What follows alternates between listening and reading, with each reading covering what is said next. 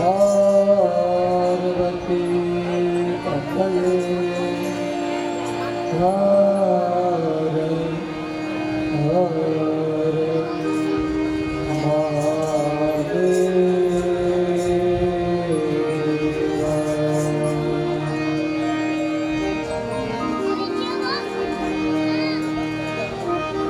श्री राम जय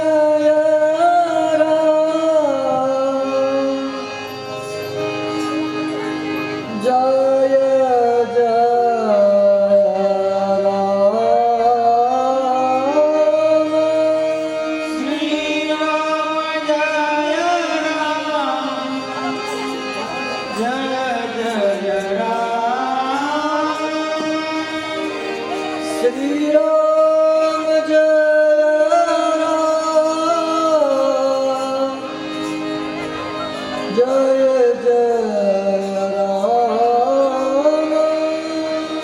श्री राम जय राम जय जय राम।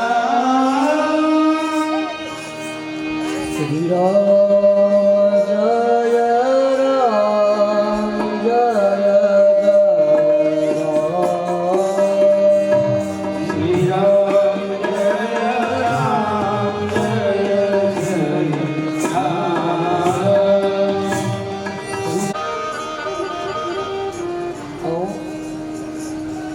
ચાલી રહેલી શ્રીમદ ભાગવત મહાપુરાણની અંદર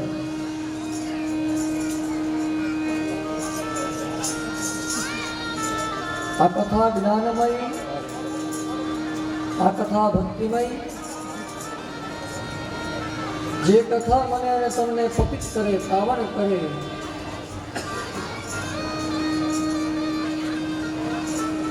એ કથાનો આપણે શ્રવણ કરવા પહેલા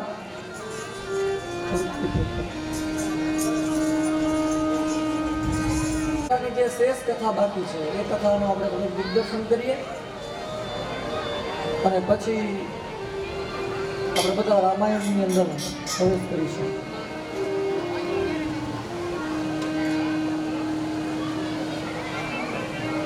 તો સવારના ભાગની અંદર આપણે નવમ સ્કંદ પ્રારંભ કર્યો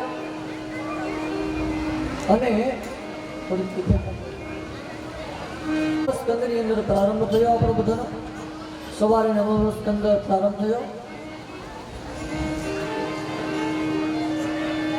નવમ સ્કંદની અંદર મનુ મહારાજના એક પુત્ર છે જેનું નામ છે વૃષરદ્ર.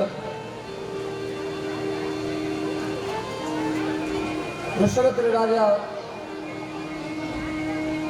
ગુરુની આજ્ઞા થઈ એટલે ગાયોની બહુ સેવા કરે.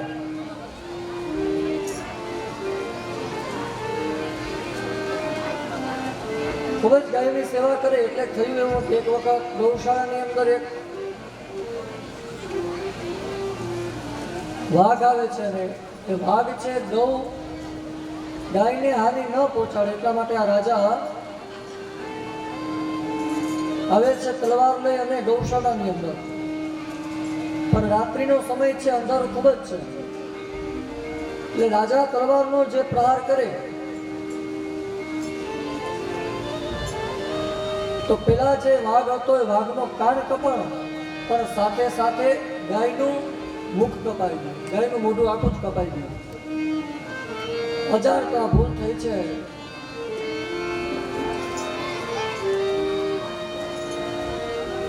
આમ તો ગુરુનો શાપ મળ્યો કે જા તું શુદ્ર બની જા, શ્રાપ થયો. પણ અંત સમયે ભગવાને પોતાના ચરણોની અંદર સ્વીકાર્યો છે અને તુલસીદાસ લખે છે સન્મુખ હોય જીવ મોહી જબહી જન્મ કોટી અદર ના સહી કબરી.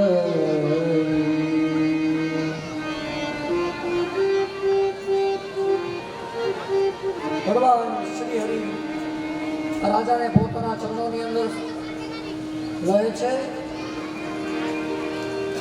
ત્યારબાદ મનુ મહારાજના બીજા એક પુત્ર હતા, એનું નામ હતું શરિયાતી. શરિયાતી રાજા હતા. અને સરિયાતી રાજાના દીકરીનું નામ હતું સુકન્યા. હવે આ સુકન્યાની કથા આવે છે. થયું એક વખત એવું કે સરિયાતી રાજાની પુત્રી સુકન્યા અને એની સખીઓ બધા જાય છે જંગલની અંદર વિચાર કરવા માટે, વિહાર કરવા માટે જાય છે. એટલે થયું એવું કે એક ઋષિનો આશ્રમ જોયો છે. ઋષિના આશ્રમની અંદર પ્રવેશ કર્યો તો આશ્રમની અંદર જે ઋષિ હતા એ ઋષિ તપ કરતા હતા અને ઋષિના શરીર ઉપર આખો રાફડો જામી ગયો. આખો જ રાફડો જામી ગયો. શરીર દેખાતું નથી અને રાફડા માથેથી માત્ર 2 જગ્યાએ પ્રકાશ દેખાય છે. આ જોઈને સુકન્યાને થયું કે આ તો શું હશે આવું. એટલે સુકન્યાએ ગર્ભની એક સલાકા લીધી અને 2 જગ્યાએ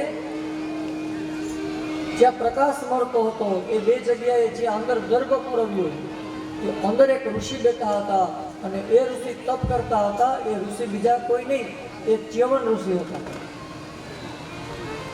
એ ચ્યવન ઋષિની બંને આંખો ફૂટી ગઈ છે. સુકન્યાથી ભૂલ થઈ છે. આવો અપરાધ થયો એટલે સુકન્યાને બીક લાગી મનની અંદર.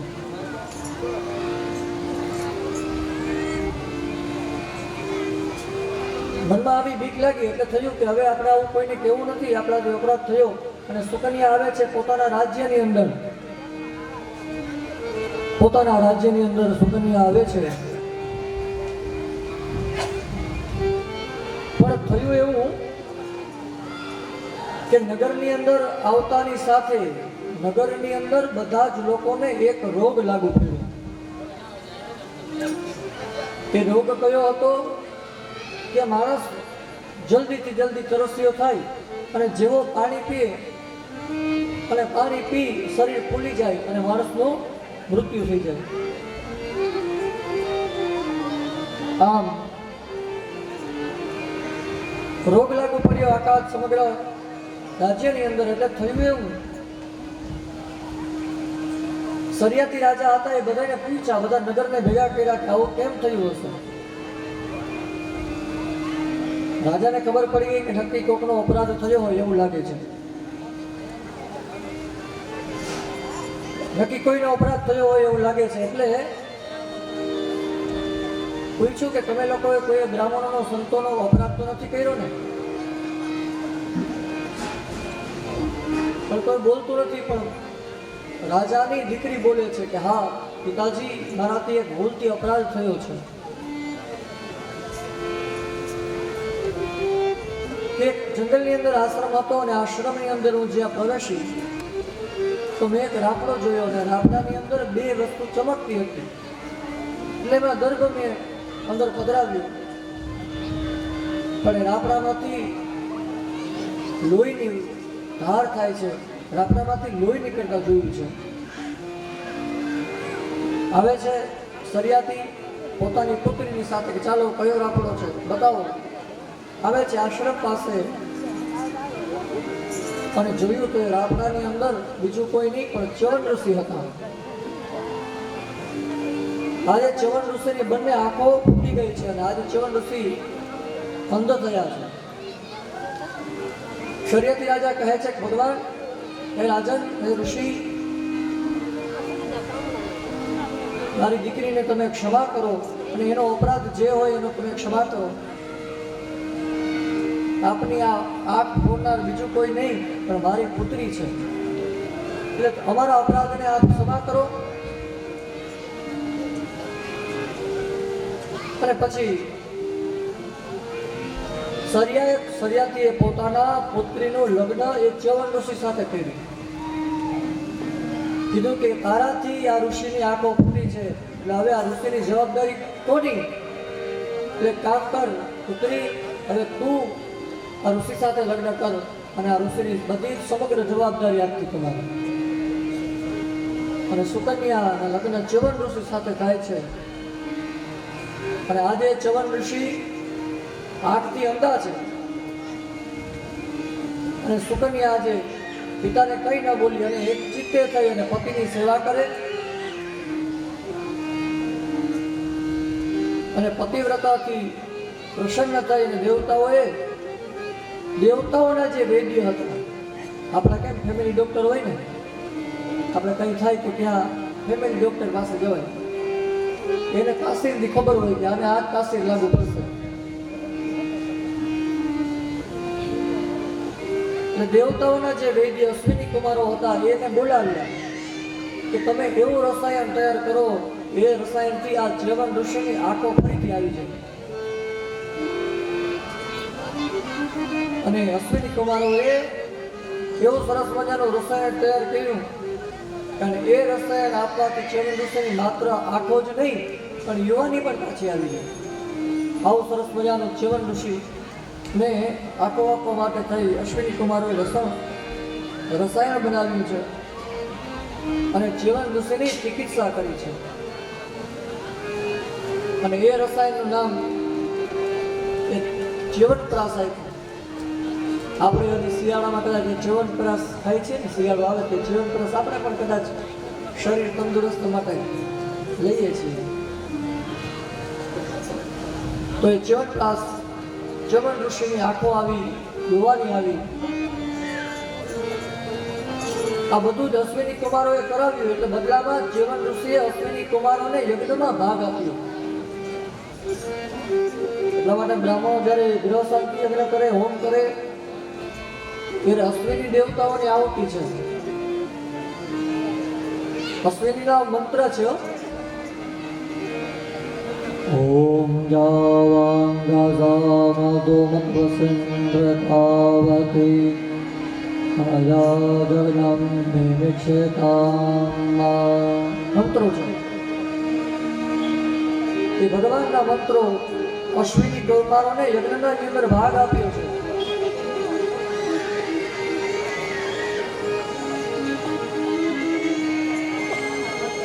અને યજ્ઞ ભાગ અશ્વિની કુમારો સ્વીકારી. અને ત્યાર પછીની કથા મનુ મહારાજના એક પુત્રનું નામ છે નભગ.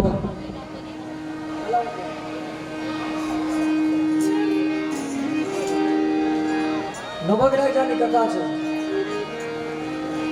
નભગથી નાભાગ થયા અને નાભાગ એ પિતૃભક્તિ છે. નાભાગે પિતૃભક્તિ કરી છે. નાભાગ જ્યારે ભણવા ગયા ત્યારે એના ભાઈઓએ માતા પિતાને ભેગા રાખી અને બધો જ ભાગલા ઉપાડી નાખ્યા. માતા પિતા પાસે જેટલું ધન હતું એ બધું ધનના ભાગલા પાડી નાખ્યા. હવે આ નાભાગ આવે છે ભણી ગણી અને પાછો ઘરે આવે એટલે ભાઈઓએ કીધું કે ભાઈ હવે તો બધું ભાગ પાડી નાખ્યા છે, પણ તારા હાટું ચિંતા ના કર, તારા હાટું એક ભાગ રાખ્યો છે. ભાઈઓ કહે છે કે આના ભાગમાં આટલું આવ્યું, આના ભાગમાં આટલું ધન આવ્યું, આના ભાગમાં આટલું ધન આવ્યું. પણ ભાઈઓ નાભાગને કહે છે કે તારો ભાગ છે, ચિંતા ના કરતો. બોલે તારા ભાગમાં, બોલે મારા ભાગમાં શું છે? બોલે તારા ભાગમાં પિતાજી છે. નાભાગના ભાગમાં પિતાજી આવ્યા. ભાઈઓએ બધે ધન લઈ લીધું અને નાભાગને આવું સંભળાવ્યું કે તમારા ભાગમાં પિતાજી છે. નાભાગ દોડીને પિતાજીના ચરણોમાં પડી ગયો. ભગવાનની અસીમ કૃપા થઈ મારા ઉપર કે પિતાજી તમે મારા ભાગમાં આવ્યા છો. અને પિતાજીને લઈ અને હવે નાભાગ છે સેવા કરે. પિતાજીને કીધું કે આની પાસે ધન છે, દોલત ભાઈઓને ભલે આવી, એ ધન દોલત ક્યારે વહી જાય ખબર નથી, પણ હે પિતાજી તમારી કૃપા હશે ને તો અવિરત મારી પાસે ધન આવતું રહેશે. આ પિતૃભક્તિ છે. નાભાગ પિતૃભક્તિ કરે છે. અને જેવા જીવનની અંદર પિતૃભક્તિ આવે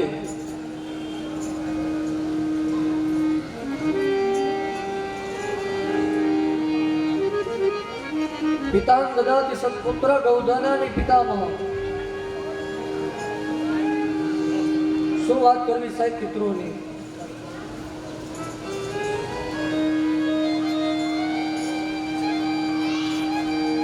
પેલા દિવસની કથાની અંદર પણ મેં કીધું હતું કે પુંનામત ત્રાયતે ઇતિ પુત્રઃ, કે જે પુત્ર પોતાના પિતાજીના પાછળ શ્રાદ્ધ કરે અને એ પિતાજીની મુક્તિ થાય છે, અને પિતૃ જે આશીર્વાદ આપે એ જીવનમાં કોઈ આશીર્વાદ ન આપી શકે.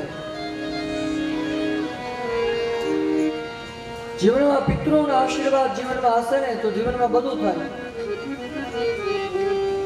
નભાગ થયા, નાભાગ કહી શકત ભાઈઓને કે ભાઈ મારે ધન જોઈ છે, બોલે નહીં,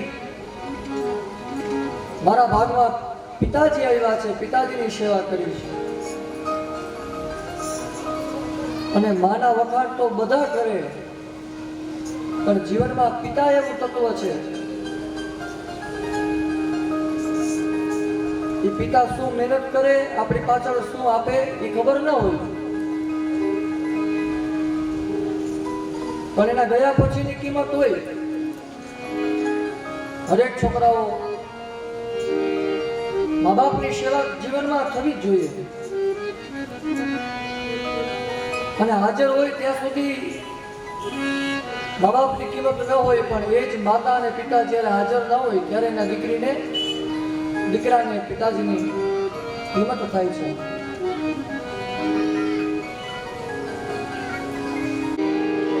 60,000 પુત્રો ભરીને ભસ્મ થયા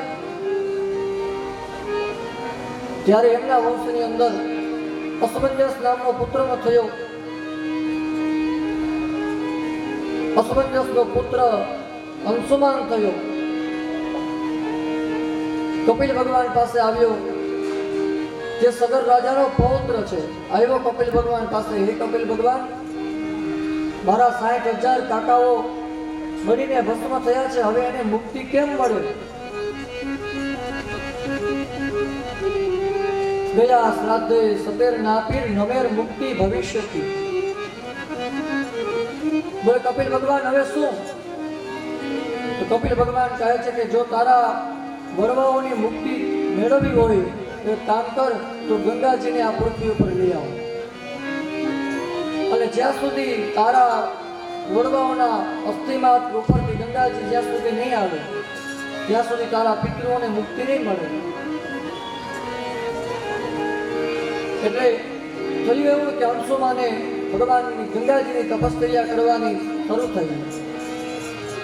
અંશુમાને ગંગાજીની તપશ્ચર્યા કરી, પણ આખી જીવન ગંગાજીની તપશ્ચર્યા કરતા કરતા આખું જીવન પૂરું થયું, પણ ગંગાજી પ્રસન્ન થયા નહીં. પહેલી પેઢી પૂરી થઈ ગઈ, ગંગાજી પ્રસન્ન થયા, અને એમને ત્યાં એક પુત્ર થયો અંશુમાનને ત્યાં, એનું નામ હતું દિલીપ. દિલીપ પણ આખી પોતાની જિંદગી ગંગાજીને પ્રસન્ન કરવા માટે થઈ અને તપશ્ચર્યા કરી, પણ તોય પણ ગંગાજી હજી પણ પ્રસન્ન થતા નથી. અને દિલીપને ત્યાં પુત્ર થયો, એનું નામ હતું ભગીરથ. આમ બે પેઢી સુધી ગંગાજીની તપશ્ચર્યા કરી, પ્રસન્ન ન થયા. હવે ત્રીજી પેઢી આવી, એનું નામ હતું ભગીરથ. અને હવે ભગીરથ છે એ ગંગાજીની તપશ્ચર્યા કરે છે. ગંગા તરંગ રમણીય જટા કલાપમ ગૌરી નિરંતર વિભૂષિત વામભાગમ નારાયણ પ્રિયમનંગમદાપહારમ વારાણની સુરપતિમ ભજ વિશ્વનાથ. ખબર હતી કે મારા પિતૃઓ ઉપર આ ગંગાજી પૃથ્વી ઉપર આવશે તો મારા પિતૃઓની મુક્તિ મળશે. તપશ્ચર્યા કરે ભગીરથ. એ ગંગા કેવી છે? ગંગા તરંગ રમણીય જટા કલાપમ. માત્ર ને માત્ર સાહેબ આપણું સંસ્કૃત વિષય કેવો છે? ખાલી ગંગાજીની સ્તુતિ કરવી હોય ને તો બધાય ભગવાનની ભેગી સ્તુતિ થઈ જાય, એવો શ્લોક આપણા શાસ્ત્રમાં બતાવ્યો છે. એ શ્લોક સમજવા માટે થઈને આપણે 10-15 દિવસ ટૂંકા પડે. માત્ર ને માત્ર 4 લીટીનો શ્લોક છે.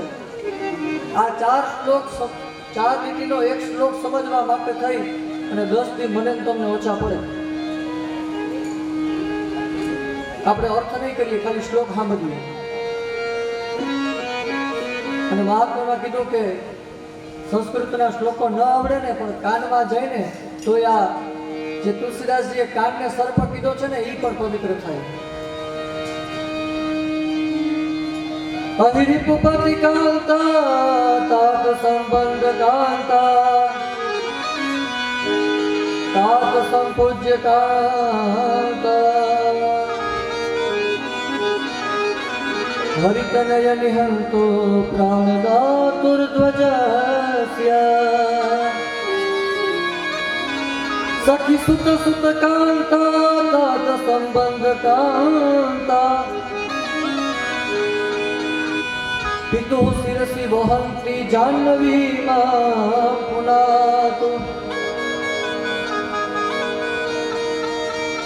અહિરિપુપતિ કાંતા તાત સંબંધ કાંતા હરિતનય નિહંતો પ્રાણદાતુર ધ્વજસ્ય સખી સુત સુત કાંતા તાત સંપૂજ્ય કાંતા અને પિતુ શિરસી વહંતી જાહ્નવી માં પુના. અહી એટલે શું થાય? અહી એટલે સર્પ. પેલામાં પેલો શબ્દ અહી સર્પથી ચાલુ થાય છે આ શ્લોક અને ગંગાજીએ પૂરો થાય. અહી એટલે સર્પ. પછી લખ્યું અહી રીપુ. રીપુ એટલે શત્રુ. સર્પનો શત્રુ કોણ? ગરુડ. સર્પનો શત્રુ ગરુડ. અહી રીપુ પતિ કાંતા. ગરુડનો પતિ કોણ? વિષ્ણુ ભગવાન. અહી રીપુ પતિ કાંતા. કાંતા એટલે પત્ની. વિષ્ણુ ભગવાનના પત્ની લક્ષ્મીજી. અહી રીપુ પતિ કાંતા તાત. તાત એટલે પિતા. એ લક્ષ્મીજીના પિતા સમુદ્ર. તાત સંબંધ એ કોની પૂજા કરે? તાત સંબંધ કાંતા.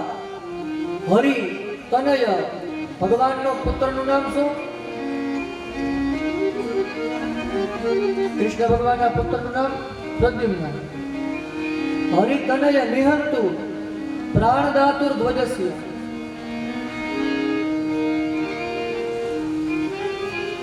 અર્જુનના રથના ધજા છે. ધજામાં કોણ બિરાજમાન છે? હનુમાનજી મહારાજ. ધ્વજસ્ય. પછી સખી. સખી સુત સુત. તે શિવની પૂજા બાણાસુર કરતો. બાણાસુરની પુત્રી કોણ? ઉષા. આપણે ઓખા કહીએ પણ ઉષા. સખી. અને ગંગાજી પ્રસન્ન થયા. ભગીરથને કીધું કે ભગીરથ, હું આપના ઉપર પ્રસન્ન છું, બોલો, હું માગો છું, શું જોઈએ છે? ભગીરથ કહે કે મારા વડવાઓ, મારા પિતૃઓ છે એ બળીને ભસ્મ થઈ ગયા છે 60,000. હવે એની મુક્તિ તમે જો આવો અને તમારા જળથી કે અસ્થિ ઉપર આપનું જળ પડે ને માં, તો મારા પિતૃઓ તૃપ્ત થઈ જાય.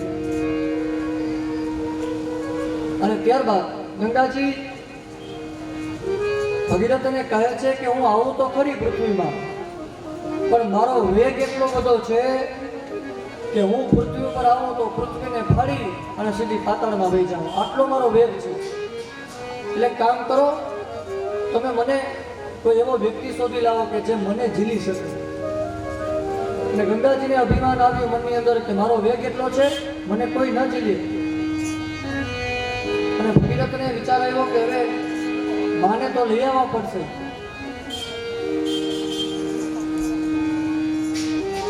વિચાર કર્યો ભગીરથે કે એક કામ કર, બાજુમાં જ કૈલાસ છે, કૈલાસની અંદર જાણે શિવજીને જઈને પૂછું.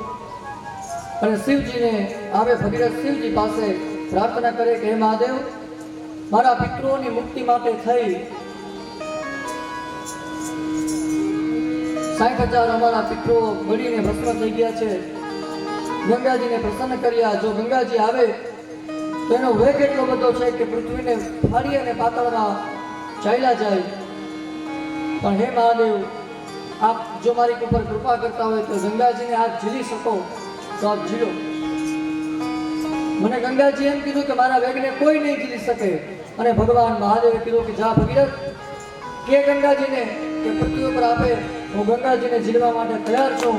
અને ભગવાન મહાદેવે પોતાની જટા ખોલી ત્યારે આખી જટા ખોલી ભગીરથે ગંગાજીની પ્રાર્થના કરી કે હે ગંગાજી પધારો. અને જેવા ગંગાજી પૃથ્વી ઉપર અવતર થાય તો આખી ગંગા એ શિવજીના જટામાં સમાઈ ગયા. અને ભગવાન શિવજીએ પોતાની જટાની ગાંઠ મારી, જટા બાંધી. હવે ગંગાજી મૂંઝાઈ ગયા છે કે મારે નીકળવું કેમ. જે ગંગાજીને અભિમાન હતું કે મારા વેગને કોઈ ન જીવી શકે, એ જ ગંગાજીને શિવજીએ માત્ર ને માત્ર પોતાના જટામાં રાખ્યું છે.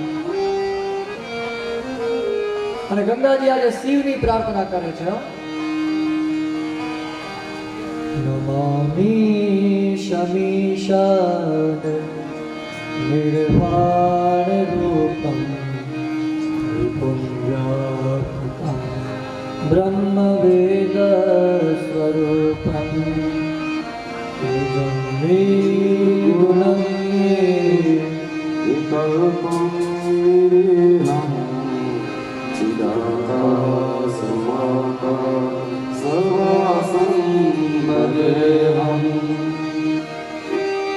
માં પ્રાર્થના કરે શિવજીની કે હે ભગવાન, કૃપા કરી મારા અભિમાન દૂર થયું છે, મને મુક્ત કરો આમાંથી.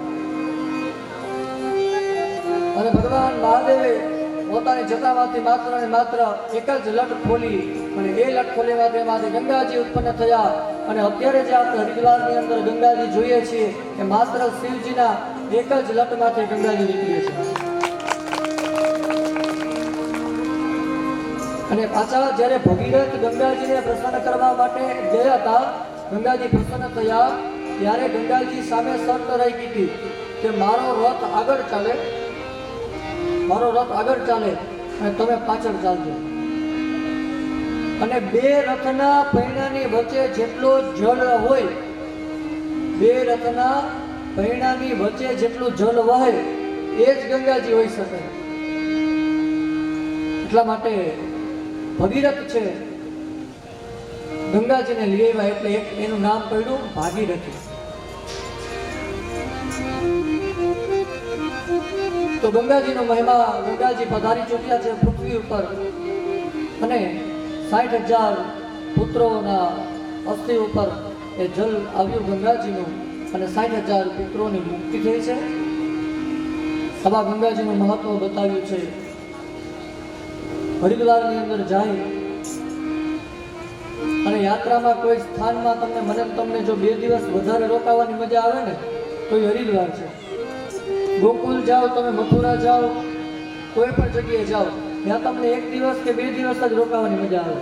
પણ હરિદ્વારની અંદર જવે પૂગ્યા તમે તો તમને રોકાવું હોય 5 દી, પણ એ 5 વાર 9 દી કરીને તમને જવા છે. આ ગંગાજીનું મહત્વ છે. ગંગાજીનું બહુ મહત્વ છે. એટલે અમારા હરિદ્વારમાં જ્યારે અમારે કથા છે એટલે બહેનોનો એવો આગ્રહ હતો કે કથા હરિદ્વારમાં રાખવી છે પણ ગંગાજીના કિનારે રાખવી છે. પણ હવે એવો આશ્રમ તો ક્યાં મળે કે આ કિનારો બાજુમાં જ હોય, અહીંયા જ કથા. પણ ભગવાનની એવી કૃપા થઈ છે, કદાચ ફ્રી હશે તો હું તમને બધાને બતાવીશ, ફોટા કે વડીલોને રાખીશ.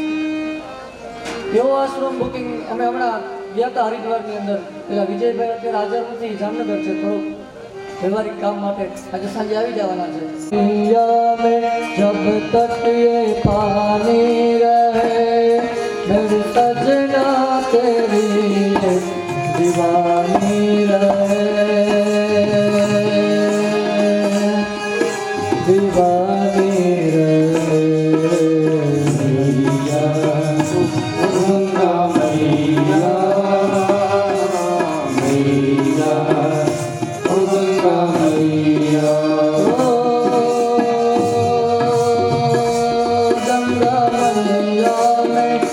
जब तक ये पानी रहे मेरे सजना तेरी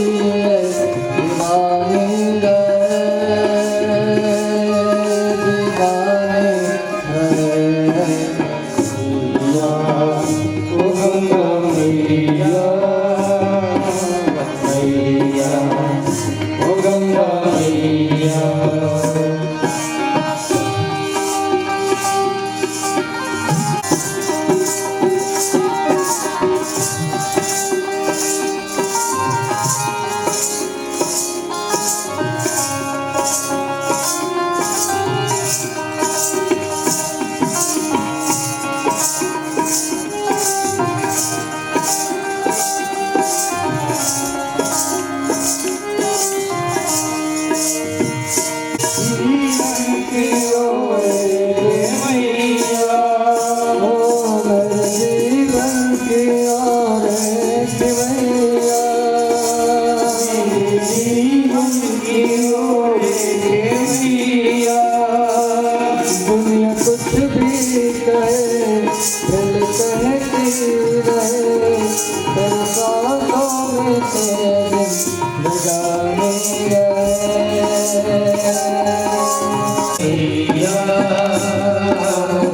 मैया ओ गंगा मैया मैया ओ गंगा मैया मैया ओ गंगा मैया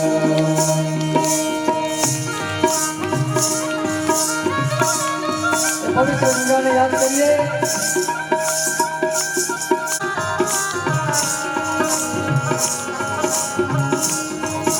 आई में तेरे द्वार मेरे होठों पे तेरी कहानी रहे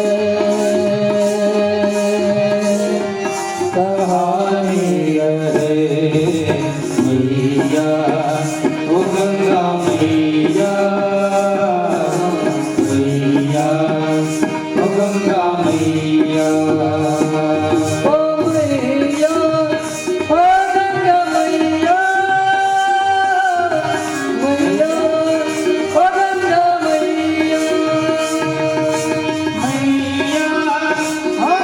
मैया मैया ओ गंगा मैया मैया ओ गंगा मैया तो એ પ્રમાણે ગંગાજીની સ્તુતિ થઈ ઉપર પેલાની કથાની અંદર જે જાહ્નવીનું નામ જાહ્નવી માં પુનાતો હરિદ્વાર જવાય કે ન જવાય અહીંયા ગંગાજીનું નામ લ્યો તો ગંગાજીએ જવાની જરૂર નહીં ગંગાજી સાક્ષાત જે જગ્યાએ કથા થતી હોય ત્યાં ગંગા યમુના સરસ્વતી મલાપરી ચંદ્રભાગા વિશાલાક્ષી તામ્રવત્રી આવા એક નહીં 42 પવિત્ર નદીઓ છે ભારતમાં બધા આવીને બિરાજમાન થાય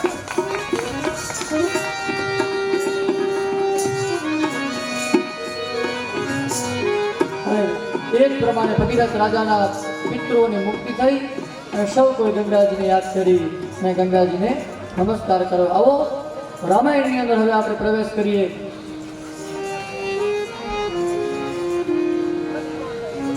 નવમી તિથિ મધુમાસ પુનીતા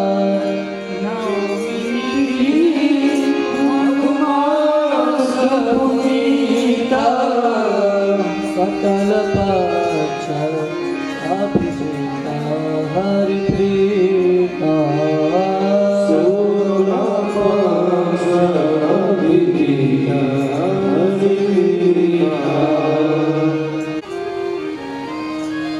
કૌશલ્ય દ્વારા ભગવાન રામનો જન્મ થયો કૈકેયી દ્વારા ભગવાન ભરતજીનો જન્મ થયો અને સુમિત્રાજીથી ભગવાન લક્ષ્મણજી અને ભગવાન શત્રુઘ્નજીનો જન્મ થયો જે દશરથ વશિષ્ઠ પાસે ગયા અને કીધું કે એક ખોટ છે સંતાન નથી પણ કહે છે કે ધરાવું ધીરજ હોઈ સુતચારી ધીરજ રાખ એક નહીં તારે ત્યાં 4 સંતાનો થશે અને આજે અયોધ્યાની અંદર રામ ભગવાન ભરતજી લક્ષ્મણજી અને શત્રુઘ્નજી 4 પુત્રના જન્મ થયા છે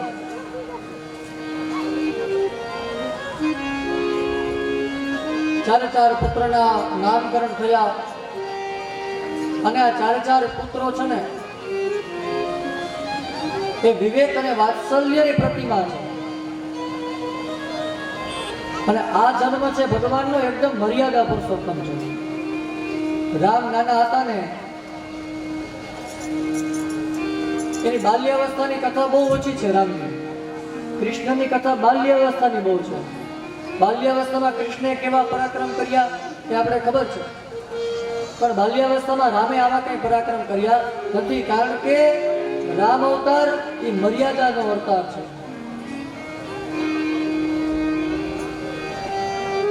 રામ, લક્ષ્મણ, ભરત અને શત્રુઘ્નજીનું પ્રાગટ્ય થયું. ધીરે ધીરે આ ચારેય ભાઈઓ મોટા થાય છે.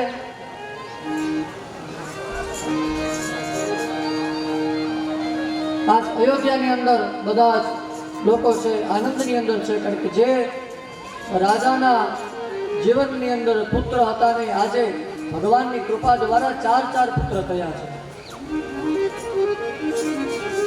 ભગવાન રામચંદ્રજી, લક્ષ્મણજી, ભરત અને શત્રુઘ્નજી આ ચાર ભાઈઓ મોટા થઈ અને પેલા તો વશિષ્ઠ ઋષિના આશ્રમમાં ભણવા જાય છે.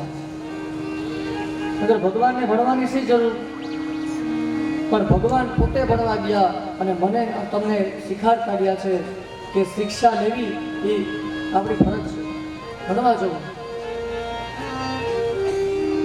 ગુરુ ગૃહ ગાય પઠન રઘુરાઈ, ગુરુ ગયા પઠન રઘુરાઈ, અલ્પકાલ સબ વિદ્યા પાઈ, અલ્પકાલ સબ વિદ્યા પાઈ. તો કેટલા વર્ષ સુધી ભણો છો એનું મહત્વ નથી, કેટલું ભણ્યા, કેવું ભણ્યા એનું મહત્વ છે. અલ્પ વિદ્યા, અલ્પકાલ સબ વિદ્યા પાઈ. ટૂંક સમયની અંદર રામ ભગવાને વિદ્યા લીધી છે.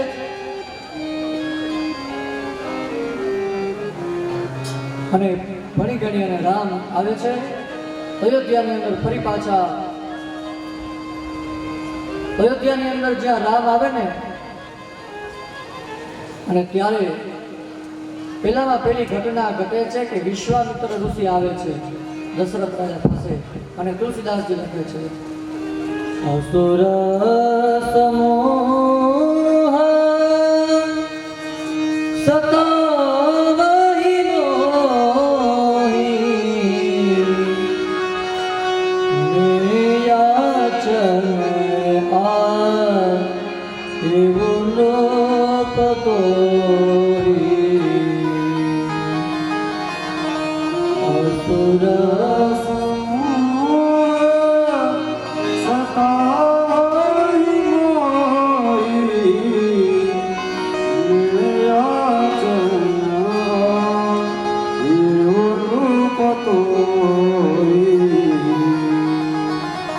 વિશ્વામિત્ર ઋષિ આવ્યા છે કે રાજન, અસુર સમૂહ સતાવહી મોહી. વિશ્વામિત્ર કહે કે હે રાજન, હું જ્યારે યજ્ઞ કરું ને અને મારા યજ્ઞની અંદર રાક્ષસો આવી અને અપવિત્ર વસ્તુઓ પધરાવી જાય અને મારો યજ્ઞ પૂર્ણ નથી થવા દેતા, ત્યારે રાજા દશરથ કહે છે તો હા ઋષિ, શું મદદ કરું બોલો, તમે કહો તો મારું સૈન્ય મોકલું, તમે કહો તો હું આવું. બોલે નહીં.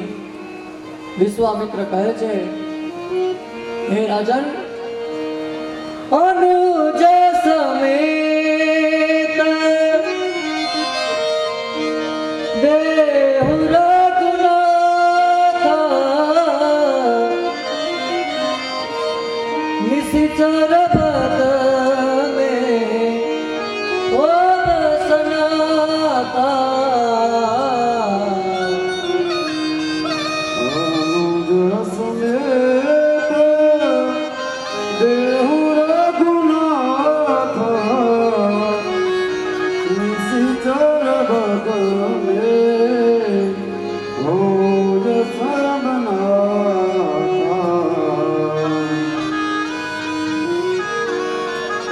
વિશ્વામિત્ર કહે છે કે રાજન, અનુજ સમેત દેહુ રઘુનાથ.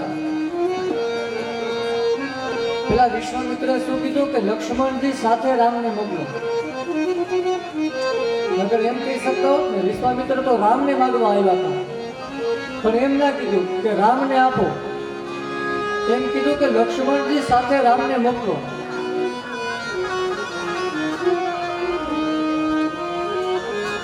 વિશ્વામિત્રને ખબર હતી કે જો ખાલી રામ માગું તો દશરથ કે રામને આવવા ન દે, એટલે વિશ્વામિત્ર આજે કહે છે કે લક્ષ્મણજી સાથે રામને મારા યજ્ઞની રક્ષા કરવા માટે મોકલો.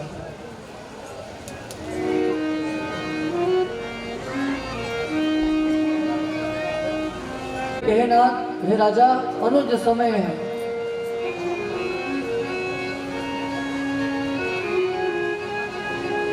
લક્ષ્મણની સાથે રામને મોકલો અને મારા યજ્ઞની આપ રક્ષા કરો. અને જ્યારે દશરથજી આવું સાંભળે ત્યારે વિશ્વામિત્રને કહે વિશ્વામિત્ર તને શું માગી લીધું? અરે મારા ઘરે એકેય પુત્ર હતા નહીં અને ભગવાનની આ ચાર કૃપા, ભગવાનની કૃપા થઈ 4 પુત્રો થયા અને એ તમે હવે માગવા માટે આવ્યા છો? ચાહે તો મારા પ્રાણ આપી દઉં, આપ જે કહો એમ હું કરવા તૈયાર છું, પણ હું મારા રામને ન મોકલું. અને મારા રામ તો હજી નાના છે, ક્યાં તમારા યજ્ઞની અંદર આવતા રાક્ષસો અને ક્યાં મારો રામ કેમ રક્ષા થાય?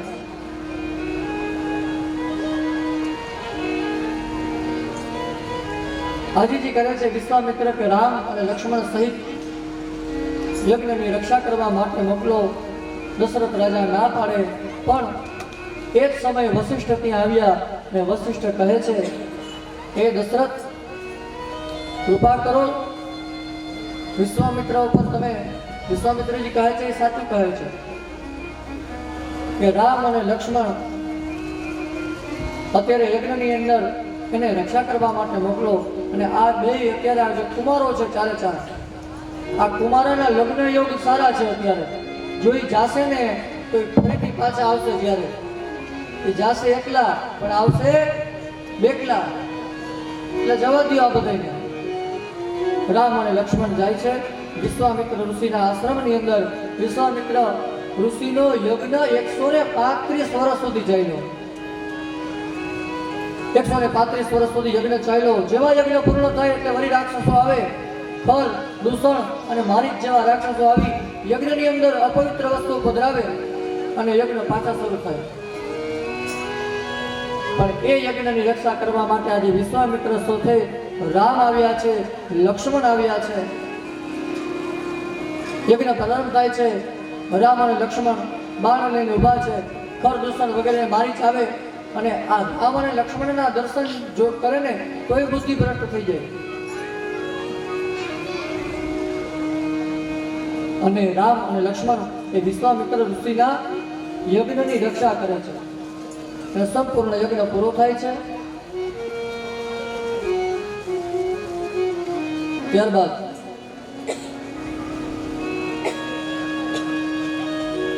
વિશ્વામિત્ર ઋષિનો યજ્ઞ પૂરો થયો. આ બાજુ હવે એક જગ્યાએ શું થયું? જનકપુરમાંથી એક કંકોત્રી આવી. જનક રાજાની પુત્રીનો સ્વયંવર છે એની આમંત્રણ પત્રિકા આવી છે વિશ્વામિત્ર પાસે. અને વિશ્વામિત્ર હવે કહે છે કે ચાલો આપણે આ સ્વયંવરમાં જવું છે. શ્રી રામચંદ્રજી, લક્ષ્મણજી અને વિશ્વામિત્ર જાય છે સ્વયંવરની અંદર. પણ રસ્તાની અંદર રામ જતા હતા, લક્ષ્મણજી જતા હતા, સાથે વિશ્વામિત્ર છે. પણ રસ્તામાં એક મોટી શિલા છે. આ મોટી શિલા થઈ વિશ્વામિત્ર કહે છે કે રામ ઉભા રહો, પેલી શિલા છે એને તમારો પગ ડાળો. અને એ રામ ભગવાન એ શિલાને પોતાના પગનો સ્પર્શ કરાવે તો એ શિલા કોઈ નહીં, એ શિલામાંથી એક સ્ત્રી ઉત્પન્ન થઈ છે, ગૌતમ ઋષિની પત્ની. બે હાથ જોડી અહલ્યા કહે છે કે હે રામ, જો મારા પતિએ મને શ્રાપ ન આપ્યો હોત ને તો આજ તમારા ચરણો મને અડત નહીં.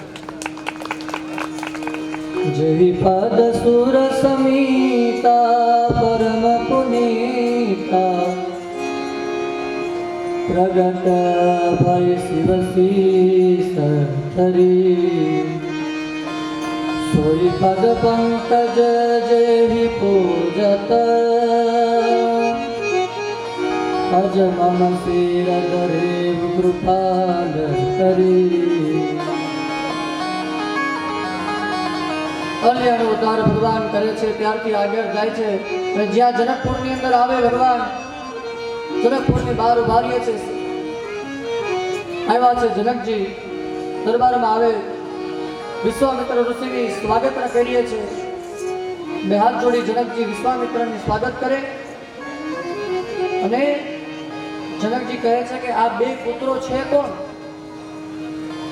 ત્યારે વિશ્વામિત્ર કહે છે સહજ વિરાગ રૂપ મન મોરા ભય ચકિત જીમી ચંદ્ર ચકોરા. જેમ ચંદ્રનું તેજ હોય તેમ જનકજી કહે છે કે આ બે પુત્રોથી તેજ એવું દેખાય છે. પછી તો ઓળખાણ આપે અને રામ, લક્ષ્મણ અને વિશ્વામિત્ર જનકપુરીની બહાર વાડીમાં રહે છે. ઉતારો બારે આપ્યો છે, કારણ કે વિશ્વામિત્ર ઋષિને કાયમ યજ્ઞ કરવો હોય, સંધ્યા કરવી હોય, એટલે સવારનો સમય છે, વિશ્વામિત્રને સંધ્યા કરવી છે. હવે રામે કહ્યું કે ગુરુ, તમે સંધ્યા કરો, તમારા માટે અમે પુષ્પ તોડી આપીએ. એટલે રામ છે આજે વાટિકાની અંદર પુષ્પ તોડવા માટે જાય છે. અને જ્યાં રામ પુષ્પ તોડવા જાય એ જ જગ્યાએ સીતાજી આવી અને એના માતાજીની સ્તુતિ કરવા માટે આવે છે. અને પહેલી વખત સીતાજીની નજર એ ભગવાન રામ ઉપર પડે. જય જય ગિરિવર રાજ કિશોરી, જય મહેશ મુખ ચંદ્ર ચકોરી, જય ગજ બદન સદાનન માતા,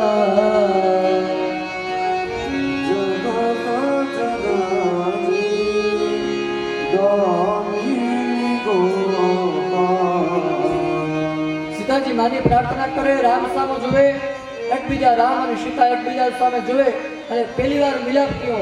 અને સીતા પ્રાર્થના કરે છે કે મને કોઈ વરના રૂપમાં મળે તો એ આજ મળે. સીતા માતાજીની પ્રાર્થના કરી. પછી તો જનકે દરબાર બોલાવ્યો.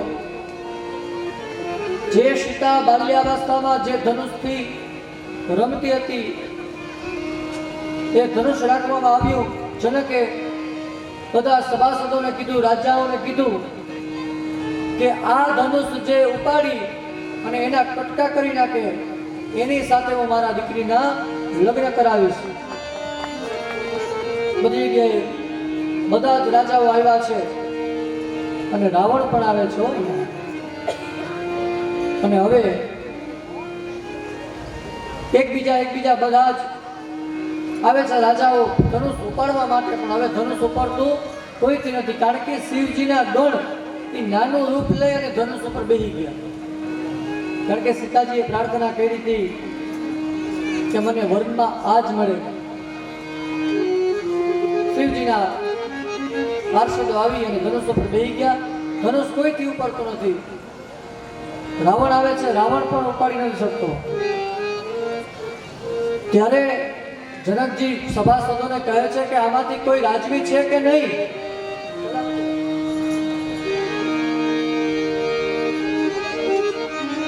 આટલું બધું રાજ્ય બેઠું છે ને આમાં કોઈ રાજવી નથી, કોઈ પાસે બળ નથી. શું મારી દીકરી કુંવારી રહેશે? આમાંથી કોઈ ધનુષ ઉપાડી નથી શકતું. તમારામાંથી ક્ષત્રિયતા વહી ગઈ એવું લાગે છે. આવા શબ્દ જ્યારે જનકે કીધા, લક્ષ્મણજી ઉભા થઈ ગયા. ઉભા રહો, શું બોલો છો? ક્ષત્રિયતાની વાત કરો છો ને? હમણાં જ ધનુષ જઈને ઉપાડું.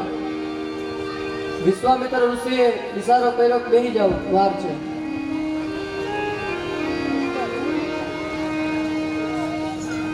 લક્ષ્મણજી કહે પણ આ કેવું કે ક્ષત્રિયતાની વાત કરે છે? પછી તો વિશ્વામિત્ર ઋષિ રામ સામુ ઇશારો કરે અને ઉઠવું રામ ભજવું ભવ ચાપા મેટ હું તાત જનક પરિતાપા. આજ્ઞા કરે છે કે રામ ઉભા થાવ, જાઓ ધનુષનો ભંગ કરો. અને જેવા રામ ઉભા થાય છે એ ધનુષ હતું એ ધનુષની પરિક્રમા કરે છે. ધનુષની પરિક્રમા કરે. સીતાજી ઉપરથી જુએ છે, પ્રાર્થના કરે છે કે હે શિવજી, આ ધનુષની અંદર જેટલો ભાર હોય ને તે બધો તમે ભાર લઈ લ્યો. અને આજે રામે એ ધનુષ ઉપાડ્યું અને ધનુષના 2 કટકા કર્યા અને બધાએ જય જયકાર કર્યો. સિયાવર રામચંદ્ર ભગવાન કી જય. પછી તો આમંત્રણ પત્રિકાઓ લગ્ન નક્કી થયા છે. સીતાજી અને રામજીના લગ્ન નક્કી થયા છે. જનક રાજાના સેવકો હતા આવ્યા છે અયોધ્યાની અંદર. દશરથ રાજાને આમંત્રણ પત્રિકા આપી. જે આમંત્રણ પત્રિકા લઈને આવ્યા હતા એને અયોધ્યાના રાજા દશરથે એક હાર ઉતારીને આપ્યો. પણ પેલા કહે કે અમે કન્યા તરફથી કહેવાય એટલે અમારે આ લેવાય નહીં, પણ તમે વેલા આવજો. અને મુહૂર્ત નક્કી થયું. રામચંદ્રજી અને સીતાજીના લગ્નનું મુહૂર્ત માગસર સુદ પાંચમના દિવસે થયું છે. અને મુહૂર્ત સમય ગૌશાળામાંથી ગાયો જ્યારે છૂટે અને એ જે સમય હોય એને ગૌધુલિક સમય કહેવાય. એ ગૌધુલિક સમયની અંદર લગ્ન નક્કી થયા અને ધીમે ધીમે લગ્ન સંસ્કાર પ્રારંભ થાય છે. આવો 2 મિનિટ આપણે ભગવાન શ્રી રામચંદ્રજીના લગ્ન તરફ વળીએ. રાજા જનક ઘેર માંડવો સહેલડી, રાજા જનક ઘેર માંડવો, રાજા જનક ઘેર માંડવો સહેલડી, રાજા જનક ઘેર માંડવો સહેલડી, રાજા જનક ઘેર માંડવો. મોટા ભોગ આવ્યા, મોટા ભોગ આવ્યા જનક ઘેર માંડવો. આવ્યા મોટા ભોગ આવ્યા, મોટા ભોગ રાજા જનક ઘેર માંડવો.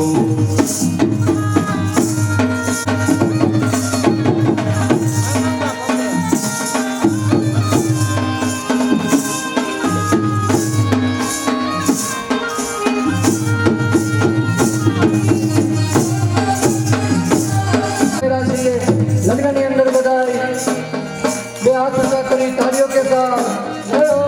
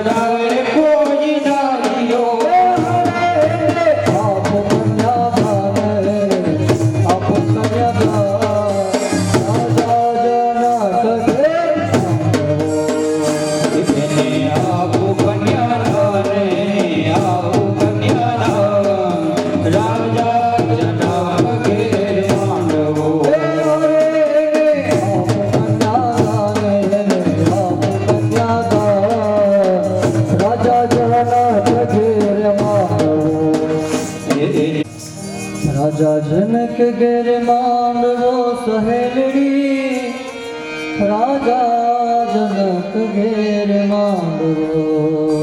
રાજા જનક ઘેર માંડવો સહેલડી, રાજા જનક ઘેર માંડવો. એ હારે મોટા મોટા ભૂત આવ્યા, મોટા મોટા ભૂત, રાજા જનક ઘેર માંડવો. અરે આવ્યા મોટા મોટા ભૂ, આવ્યા મોટા મોટા ભૂ, રાજા જનક ઘેર માંડવો. સરસ મજાના લગ્ન સંસ્કાર પ્રારંભ થાય છે, પણ એ પહેલા સીતાજી સહેલીઓ સાથે પુષ્પમાળા લઈ આવે છે રામજીને પહેરાવવા માટે. એટલે પેલા સહેલીઓ છે રામજીની મસ્તી કરે છે. સીતાજી કહે છે કે રામ બોલો એકી કે બેકી? આપણે જમાઈઓની મસ્તી કરીએ ને, લગ્નમાં થાય છે આવું બધું. કહે છે કે એકી કે બેકી? રામ કી એકી. કહે છે કે એકી હતી, હવે બેકલા થયા. એકી ના હોય, બેકી હોય.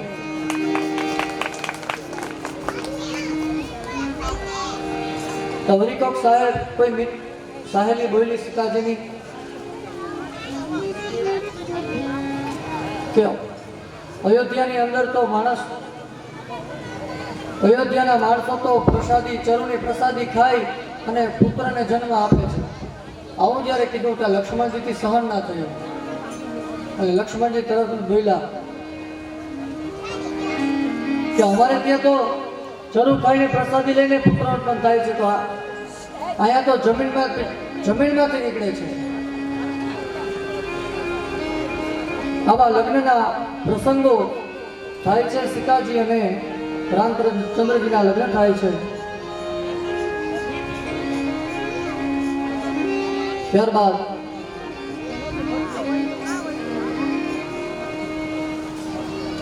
છ મહિના સુધી જાન રોકાય છે.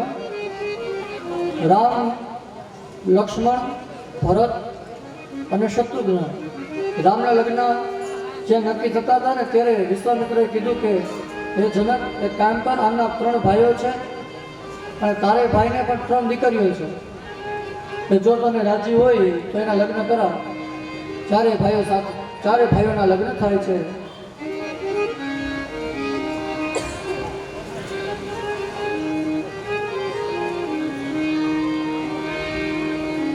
સીતાજી એ સાક્ષાત મહાલક્ષ્મી છે.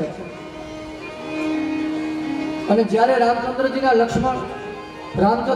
લગ્ન થયા ત્યારે ભગવાનની ઉંમર 27 વર્ષની હતી. ભગવાનની ઉંમર 27 અને માતાજીની ઉંમર 18 વર્ષની. સીતાજીની ઉંમર 18 વર્ષની હતી.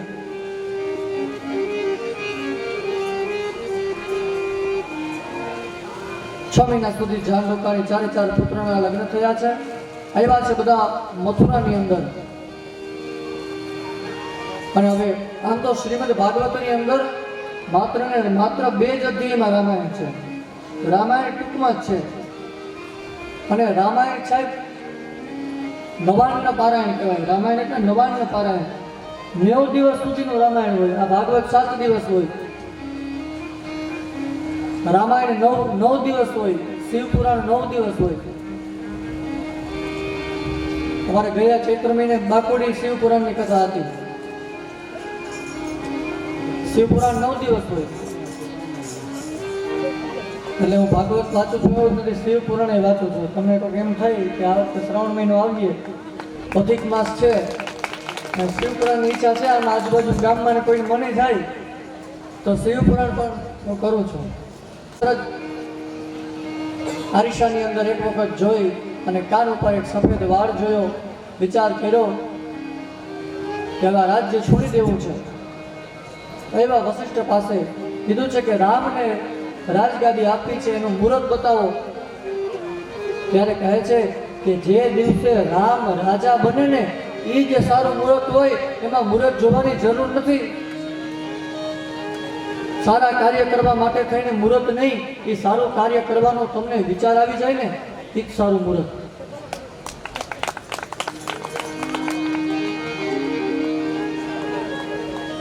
સુદીના સુમંગલ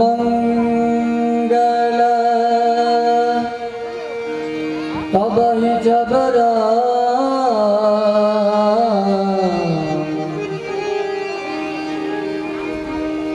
કહે છે કે રામ જ્યારે રાજ્ય ગાદી ઉપર આવે એ જ સારું મુહૂર્ત હોય, એમાં કોઈ મુહૂર્ત જરૂર નથી. દશરથ કહે છે કે આવતીકાલે સવારે જ રામ રાજ્ય ગાદી ઉપર બેસાડશું રામને, અને વશિષ્ઠ મહારાજ રામચંદ્રજીના મહેલમાં પધારે છે. સેવત સદન સ્વામી આગમનો સેવત સદન સ્વામી આગમનો સેવત સદન સ્વામી આગમનો સેવત સદન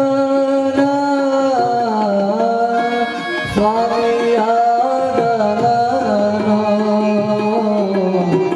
મંગલ મૂલ અમંગલ